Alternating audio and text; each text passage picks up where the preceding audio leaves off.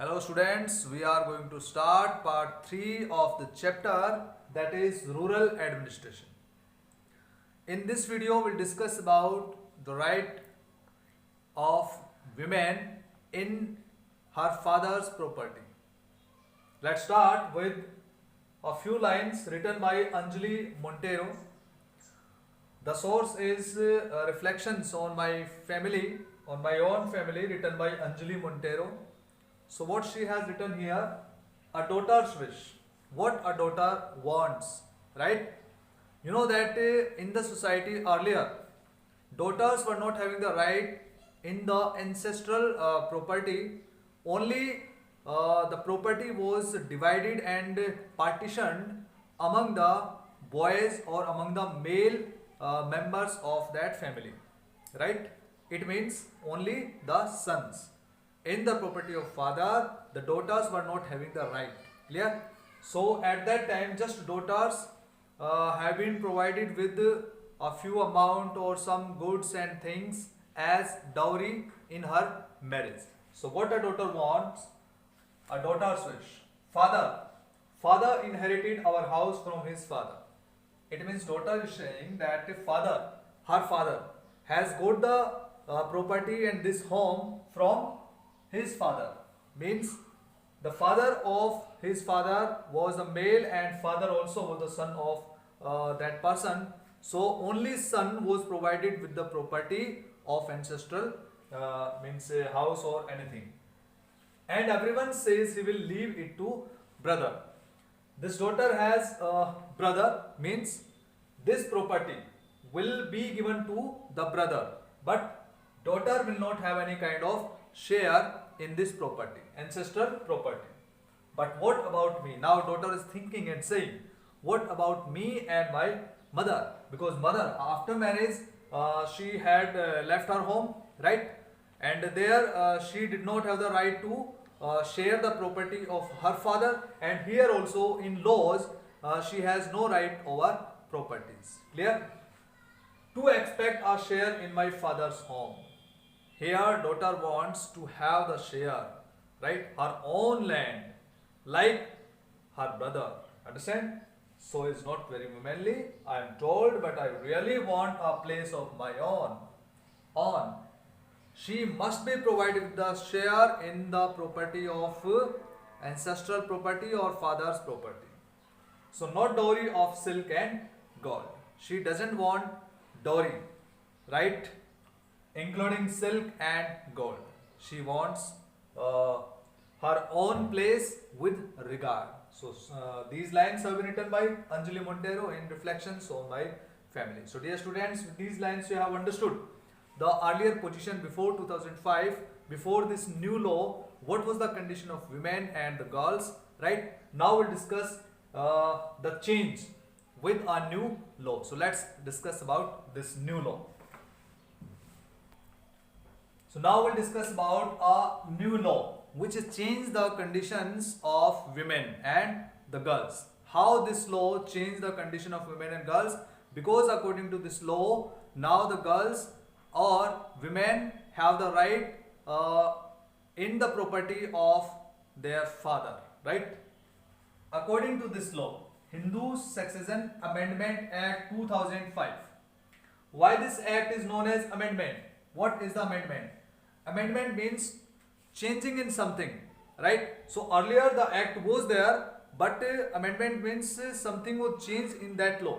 So this law was Hindu Succession Act 1956. Hindu Succession Act 1956. So in that act slight changes were occurred, and due to which this act is known as amendment. In which amendment? Amendment in 1956. So it is known as Hindu Succession Amendment Act 2005. It got the assent of President of India on 5 September 2005, and after that it was implemented in India on 9 September 2005. So in this way it was very important law or act to provide the equal share to women and girls in the property, in the ancestral property of her father, right? For example, some provisions are there according to this act. Now, daughter has a legal right over her father's ancestral property. Now, not only the boys or sons have the right to share or partition the father's property, but girls also have the equal share.